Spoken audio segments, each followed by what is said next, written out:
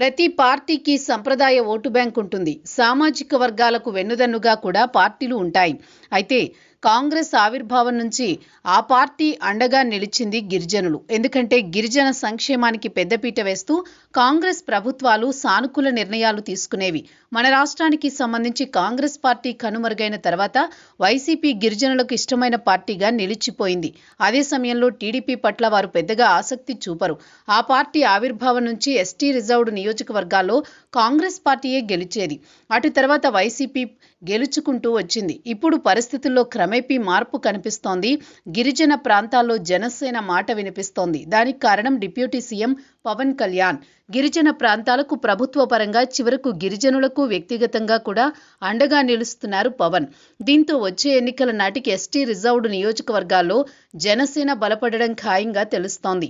అదే సమయంలో తెలుగుదేశం పార్టీ పోటీ చేసిన ఓటమి ఎదురవుతుండటంతో దాదాపు ఎస్టీ రిజర్వ్డ్ నియోజకవర్గాలన్నీ జనసేనకు విడిచిపెట్టే అవకాశం కనిపిస్తోంది. రాష్ట్రంలో 7 ఎస్టీ రిజర్వ్డ్ నియోజకవర్గాలున్నాయి.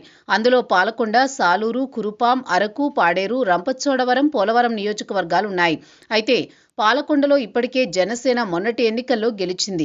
ఇప్పటికే టీడీపీ పట్ల గిరిజనుల్లో సానుకూలత లేదు.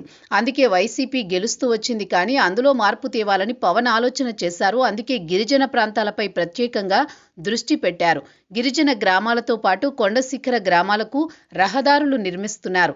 డోలీ మోతలు లేకుండా వైద్య ఆరోగ్య సేవలు మెరుగుపడేలా మౌలిక వస్తువులు కల్పిస్తున్నారు. ఎప్పటికప్పుడు గిరిజన ప్రాంతాల్లో పర్యటిస్తూ వ్యక్తిగతంగానూ సాయం చేస్తూ వారి అభిమానాన్ని చురగొంటున్నారు. గడిచిన ఎన్నికల్లో ఎస్టీ రిజర్వ్డ్ నియోజకవర్గాల్లో వైసీపీ గెలిచింది. 7 ఎస్టీ రిజర్వ్డ్ నియోజకవర్గాలకు గాను 2 చోట్ల విజయం సాధించింది వైసీపీ.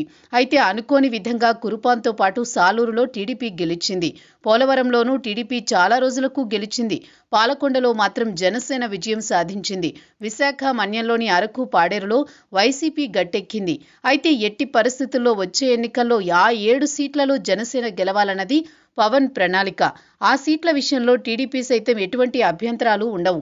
పైగా వచ్చే ఎన్నికల నాటికి సీట్లు పెంచాల్సిన అవసరం ఉంది జనసేనకు. అందుకే ఎస్టీ రిజర్వ్డ్ నియోజకవర్గాల్లో సర్దుబాటు చేసేందుకు అవకాశం ఉన్నట్లు తెలుస్తోంది. మరి చూడాలి ఆ ప్రయత్నం ఎంతవరకు వర్కౌట్ అవుతుందో.